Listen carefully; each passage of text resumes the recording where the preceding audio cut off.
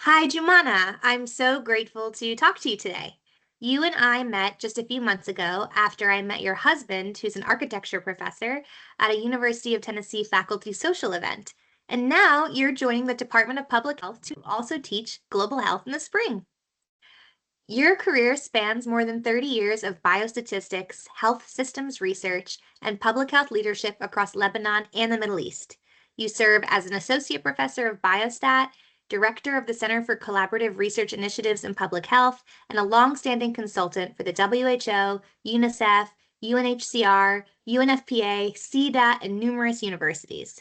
Your work ranges from health system fragmentation, disaster response, organ donation, public-private partnership, governance, COVID-19 vaccine effectiveness, neonatal mortality audits, community health systems, disability inclusion, mental health, and humanitarian health, and probably more.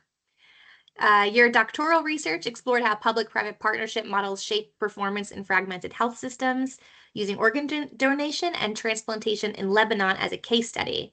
And this topic speaks directly to the Global Health course themes on stewardship, governance, and systems resilience. You've conducted mixed method studies, managed nationwide data sets, contributed to national health statistics reports, evaluated major humanitarian health programs, and mentored countless students. So I'm so excited to speak with you today and learn more from your insights on research, systems, collaboration, and the realities of working in a fragile health context in the global health system.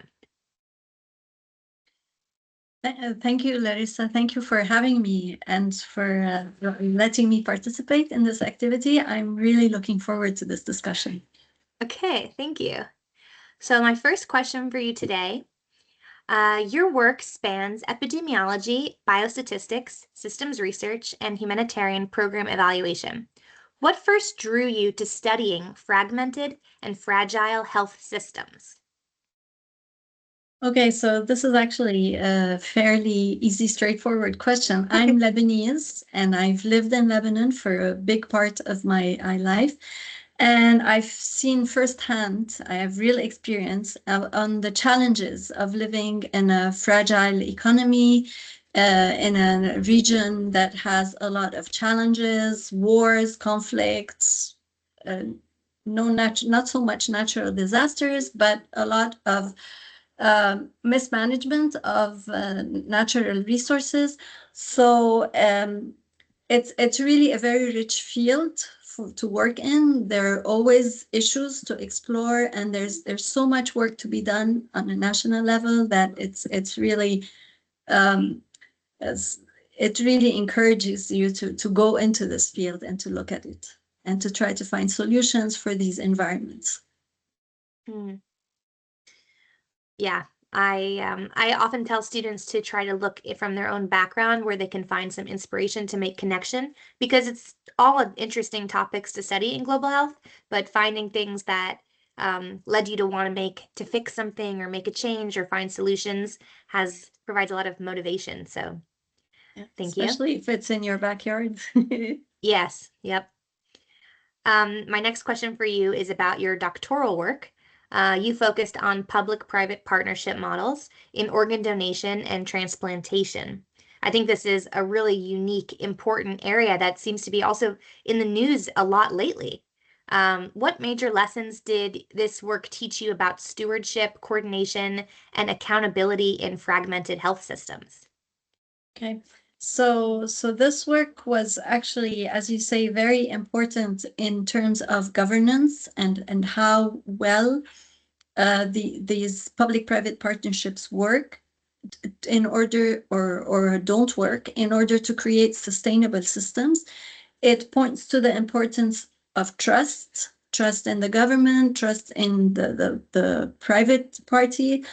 And a very important part of it is definitely accountability, transparency. Um, so the how they deal with certain corruption, and it points very clearly to the need for universal health care and having sustainable systems that function. Yeah, thank you. Okay, great.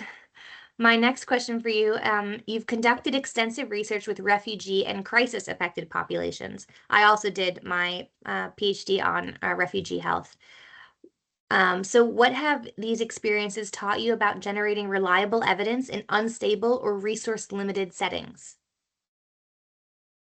Okay, so yeah, definitely there's a lack of data in these kinds of settings, and definitely the data that's available is fragmented. So this makes any contribution to data very important in order for us to be able to have reliable policies, effective policies. So definitely going to the field, doing needs assessments, and collecting good data um, helps in contributing to anything we have to do in these populations. Mm. In terms of like lessons for global health students, a few of the other people I've interviewed have said that this data issue is so important, and having skills to analyze data, skills to understand and comprehend data is really critical. And so right now, when global health is especially in flux, it would be great to work on those skills. Um, Yeah, definitely. Being able to go to the field and being knowledgeable about how to collect data, both quantitative but and definitely qualitative data, how to interview, how to extract information from people, but it's also how to make people want to talk to you. So you have to be approachable, you have to know your field, know your ground, know who to connect with, and then be very rigorous in your data collection. So know what you want and really collect good data and without cutting corners. And I know it's challenging because there are a lot of problems on the field. Um, but I think adding to the database in these contexts is very important because there are lots of gaps, and people who are knowledgeable in both collecting and interpreting and analyzing data are very precious and very important in those contexts. yeah. Not to put you on the spot too much, but do you have any examples you could give about like data use in the specific, like in the context of like an unstable or resource limited setting? I'm just thinking to make this maybe for people who are unfamiliar with global health or who haven't worked in that kind of setting, maybe how they could understand how data is used. Um, yes. So, for example, we've, I mean, let's talk about adult immunization. So in the US, we have schedules for adult immunizations, and there are certain vaccines that are recommended, required at different age groups. And in Lebanon, we have very little work done on adult vaccination. Mm, So we have just decided to do a study to look at how much do adults know about the need to get vaccinated. So most of us think that after 18, we don't need any vaccines unless we're going to some area where we need to get a vaccine for that particular area, or during COVID where we had to vaccinate for the pandemic. But most people don't. The most we do is maybe the flu vaccine. So we actually went to the field, we went to primary healthcare settings, and we got some data on knowledge, attitude, health literacy about vaccines among adults. And we're working with the Ministry of Public Health in order to coordinate based on the results to have some awareness sessions on the mm, one hand, and then on the other hand, with family physicians to be able to come up with some vaccination schedules for adults. So these are practical examples on how we would use data collected from the field, which doesn't exist right now, mm, to put to use to develop policies and to develop public health awareness in general. mm. Yeah, I think that that's important to think about. If you don't have the data, it's hard to make a new intervention because you don't really have the evidence to say that this is a good idea, that this is needed, et cetera. And that actually goes right into my next question for you, which is about how you design studies. So I know that you often design and analyze mixed methods studies. what advice could you give to students or other people interested in global health about choosing methods and ensuring high quality research in real world and complex environments? Okay, so I think one of the most important things when we're choosing a design is to actually develop a really good research question that says exactly what we needed to say. And then this should drive our design so that we end up with data that actually answers the research question as opposed to something that goes around it. So, for example, if you're interested at looking at, I don't know, the prevalence of immunization, and that's your research question, then you would definitely go with something that's more quantitative so that you can have some numbers and come up with a measurement. But if you wanted to understand more about immunization and why people do or do not, and what are their concerns and what are the barriers and things like that, then you would probably go more for a qualitative study where you can actually sit with the people and talk to them and get their input and feedback and attitudes and things like that. So basically, my advice is always to take a lot of time and build a good research question before jumping into the data collection and the analysis phase, because once you're there, it's too late to go back. So take your time, plan well, have a good, strong research question, and make sure that your design will actually give you answers to this question. And in terms of the project you were just mentioning about learning about adult vaccine knowledge in Lebanon, for that one, I guess, was that qualitative then? Was that interviewing people? Actually, it was not qualitative. We looked at quantitative because it was designed more as a CAP study. So knowledge, attitude, behavior, intention, and there was also health literacy incorporated in it. Oh, okay. So we did it mostly in quantitative fashion. Um, but now we're kind of reconsidering maybe adding a qualitative component to get a stronger feel about what we're actually doing based on that is going back to the healthcare providers, and we want to look at their knowledge, attitudes, and then their tack on a qualitative component to see whether they would recommend or not and why and things like that. So it's kind of opening doors for other studies based on the results of this one. Mm. And I guess it's also important to think in different contexts, whether it's qualitative or quantitative or whatever the method is, about the context. So in your case in Lebanon, did you do this research or other research in Arabic, or do you have to consider other languages too? If we're working with the population, then we definitely want to do it in Arabic because that's the language that they're more comfortable with. And I don't know if you're aware that in Arabic, there's the written Arabic and then the spoken Arabic is very different. So we even tend to do them in spoken Arabic. So it's much closer to the population.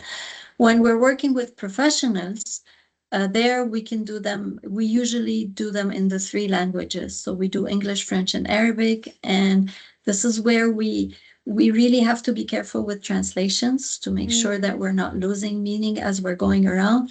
But because the country is essentially trilingual, and there are some people who are more comfortable, especially if you're talking with professional terms, so they're more comfortable in either English or French than Arabic. And then you have the few that prefer the Arabic. So we kind of do the three, but we spend a lot of time on our translations to make sure that things are working properly.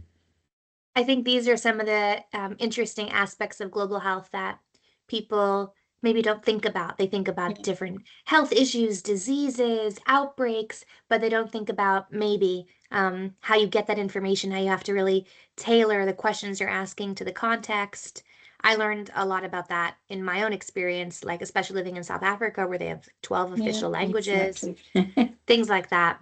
Yeah. But let me That's ask you. also part of the reason that a lot of consultancies they are now pushing for collaboration with local people, so that and in fact I didn't mention that before when we were talking about governance and stewardship, but collaboration Yeah. is really important in global health because nobody can do everything. And so the more you collaborate, the better the project, the more complete it is. And obviously, with a lot of collaboration comes a lot of coordination. So these all go hand in hand with the field. Yeah. Yeah.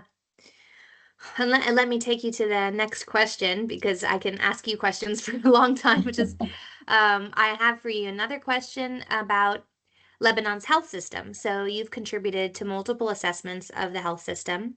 From your perspective, what are the most critical vulnerabilities and opportunities for strengthening resilience and equity? And if you have some specific examples, especially for people who've never been there, that would be awesome. Okay. So, just very quickly, the Lebanese health system, in fact, is a very interesting system because it's a predominantly private system that's mostly financed by public funds. So it has a very specific. So our public system is not very strong. And during the war, it was even weakened further. And we have a strong hegemony of the private system. So a lot of private hospitals, private doctors, and people with a mentality tend to think that everything private is better. So we have a stronger tendency to go towards the private sector. But the government, because of their the fact that they were not capable of ensuring services, they have contracted with a lot of private entities to so government sponsored patients go to private hospitals, but they're paid by the government. Oh. And so this was part of why when the system collapsed, even the private system collapsed because there was a lot of debt from the public sector. Mm. And so after the pandemic, and we had a big economic meltdown in the country just before the pandemic. So there was a big change in the way things were done, but we still have a strong private sector component. And so maybe the biggest obstacles for health system strengthening and development, well, financing is a big one, right? Because we need to secure means to be able to finance. And actually, one of the means that Lebanon could benefit from is the presence of refugees. So we get a lot of money that comes in because of the refugee situation that we can also capitalize on to help local population with. But so financing, having the appropriate workforce is also a struggle, especially with the situation being as it is. If they can get opportunities outside that pay them better, workforce is leaving the country. So we have a drainage of brain power. And definitely the social structure, social inequalities, these play a big role in the health system and how it's built. There's a fair amount of um,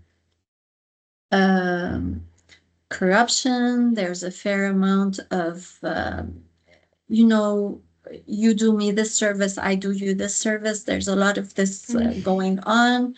So, and right now, the definitely the public ministries are understaffed. So again, there's a big problem of workforce. On the other hand, things that could help the system, definitely collaboration.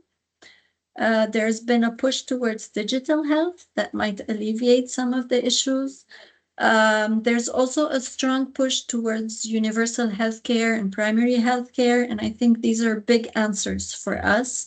And we have seen a shift towards using more primary healthcare services as opposed to jumping to the hospital immediately, especially with the financial situation, the fact that doctors have become really expensive and the hospital visits are expensive.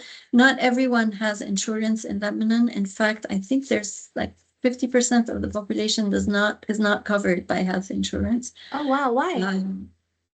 The health insurance is mostly through work or if you're in school or and then the others they rely on the public insurance. And it used to be affordable, that you could go to the hospital. Now it's become really expensive because of the financial situation. So now we have some private insurances that people can buy, but they're not as common.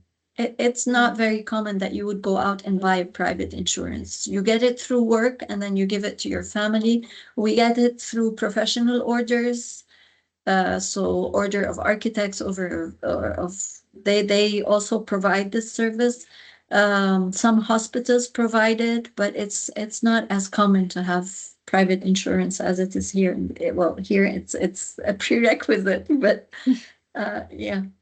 These are all such important things to think about, and something that other people I've talked to from very diverse perspectives have consistently said that global health financing is critical. And the data that you mentioned in the previous questions, also, those skills are critical. Understanding, having the money for these services have to be like the first things that we talk about and think about before we go on to Exactly. Yeah. the next step. But now for quite a different question, more of an emotional question. In your work with children, families, and displaced communities, you've used participatory and community-driven approaches. I love these approaches. I'm really excited to include them in my research methods class. I didn't learn about them when I was in my MPH, so definitely want to hear more from you about this. When have these experiences taught you about ethical research, about power dynamics, and meaningful engagement? Yeah. So definitely working with the community is a must. Understanding people's needs and not coming with your own preconceived ideas about what should be done and shouldn't be done. So always a needs assessment, going into the community, getting to know the community, figuring out what the community needs. This makes your research much more powerful, and it makes it much more successful because you're actually catering to something that they want and they want to tell you about it. And they always approach you with the idea of, okay, how are you going to help us? Now, there's a lot of skepticism. These are people who have seen people go in and out and promise them things that never seem to materialize. But it's always great to have this connection with this community. And in some of the projects we've been doing lately, they've also been included as researchers with us. So they come in, we've taught some of them to do interviews with us, so they collect data from their own, and it's a great experience. It gives us a lot of rich data because sometimes you trust someone from your own community much more than somebody that's coming from the outside. You're more open with them. You talk to them more. You give them more feedback. Yeah, also getting to know the gatekeepers. So who are the people who can introduce you into the community, who can open up the doors? This is also important. This is really part of preparing for your research. So getting to know the community you're going to and what you can or cannot do in this community. Also, so for example, how you dress when you go there. All these are all important things. Definitely dealing with children or with underprivileged people. Also, there's a lot of ethics involved in what you can ask, what you can't ask, what you do with the data, how you should always anonymize everything. So yeah, so this whole interaction with the community is a really nice aspect of research, but definitely it should be done with care because you don't want to hurt the community. So you want to always take care and be transparent and protect them, basically. I think in the international development field, that could also unfortunately be forgotten. Yeah. It's something I definitely hope to impart to my students. Don't come from the outside with your own ideas. Yeah, keep an open mind, always be ready to listen. I've worked with a lot of uh, people who go into the study telling you this is what we're going to find, and it's very difficult to then read the data properly because if the data is giving you something else, you're not ready to accept it, and that's not the right way to approach research. So always keep an open mind and let the data actually tell you what's going on. And the nice thing about the more practical research is that sometimes you can let it come out from the ground instead of, so it's a bottoms up approach instead of doing the top down. And a lot of policies actually are being developed in this way also. And that's always more interesting because Mm-hmm. you're actually speaking to a need and responding to it. Mm-hmm. Something I did was in my PhD was cognitive interviewing, where I asked people how they interpreted questions, and I ended up finding their responses so much more interesting than their actual survey responses because it gave me so much insight into how people thought that I couldn't have guessed. I couldn't have guessed to ask a question Yeah, about. exactly. So I love that. One of the more interesting conferences I was at was one for questionnaire design. And it was so interesting to find out that actually developing a questionnaire is a research in itself. Oh, And, yes. and part of the process is the debriefing, where you ask people the questions and then you Mm-hmm. ask them what the questions meant to them and how Yeah. it was. And one of the examples was like four rounds of questionnaires over words. So should I use this word or this word? And what would be the implications of this? And how are people going to perceive that?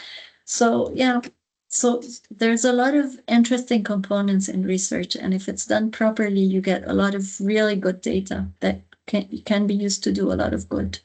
Yes, and I mean, this is true about any kind of public health research, but if we think about it in the global health context, there's this all these added layers of not just translation, but also cross-cultural understanding of words, concepts, what people might take for granted something means for one person and what it means in a different context with people who have very different background. Yeah, So exactly. all important to think about. That's yeah. So we've come to our last question, actually, and you've already given lots of hints about this, but this question is about guidance for students. Looking across your decades of experience in research, teaching, and evaluation, what guidance, and we've already discussed global health financing knowledge, data knowledge, but what other guidance would you offer students who want to work at the intersection of research, system strengthening, and humanitarian health? Yeah. So I think my biggest advice would actually be to read and to stay informed, to know what it is that you're talking about, to know your communities, so really know your field, do some research before you go into the field, figure out what the cultures are, what the customs are, what the language is, how people perceive things. Be prepared. Um, Take things step by step. Don't try to go too quickly. So take your time, plan well, analyze well, absorb, be passionate about what you do. Ask if you don't know. Learn to collaborate with people and always keep an open mind. Mm. Do you have any specific sources you could give or places where students could read more about global health? Maybe I could link it in the video or next to it. Maybe your current contemporary news, or where do you think is a good source to learn about global health? Hmm. I don't know. That's actually a good question. Uh, I'll find some and I'll link them here next to the video for students. I'll find some yeah, primary recommendations. I mean, I love to read different news sources, but I love to yeah. read the New York Times, the New Yorker, but there's so many out there. It's hard to just pick a few. No, definitely, yeah. And there's always new topics that are coming up. So it's good to keep up to date, but also even just listening to the news, you get so many ideas of what's going on, and then you start having a critical opinion about things and sort of understanding the debates that are going on, and Yeah. there's so much going on with global health right now. It's Yeah, and balancing listening to the news and reading peer-reviewed research. Yes, I think there really exactly. should be a Yeah, balance. And yeah, there's some great global health journals that I'll link next to this video yeah, too. yeah, definitely. There's also some good like data repositories, but they're for specific topics. but Hmm. it's always interesting to know what people are doing and what they're looking at and the kind of data that's coming in. Yeah, And in the global health course, we look at the IHME, Institute for Health Metrics and Evaluation. mhm, That's one of them we look at and compare different countries for different disease burdens, for example. yeah, yeah, that's it's always nice to do these comparisons, keeping in mind that they have limitations and that different countries collect data in different ways, so it doesn't mean the same thing. Definitely. Or years are skipped. I recently saw a really interesting Yeah, yeah. critique of some major conclusions that were made, except the COVID years were skipped. So, you know, you have to have a Well, critical eye, whatever you read, whatever news, peer review, exactly. anything. Another interesting fact about Lebanon is that we have not had a census since independence, so since 1940s. And so all our data is actually projections. They're Oh, all census. estimates. Yeah. Oh, you haven't had a census since then. Wow, almost Everything we 100 years have, of no census. yes. So everything we have are estimates, and we are actually not even in agreement of our total population size because depending on which ministry does the estimates, some of them add the refugees in, some of them remove them, some of them add the Lebanese who are living outside, some of them put them back in. So depending on which ministry you go into, you have a different population size, which makes it very difficult to have indicators for the country. Because if we don't have a denominator, then it's very difficult to talk in terms of proportions. So you're never exactly sure. Even, for example, for my PhD for the organ donation, I took the numbers out of organ donation, but if you look at the international numbers, they kind of change a bit because they use Mm, different denominators. So, wow. so for example, the WHO denominators are not the same as the Lebanese ones are not the same. So we have, and again, you have to sort of think of where these numbers come from, how are they acquired, da, da. Mm.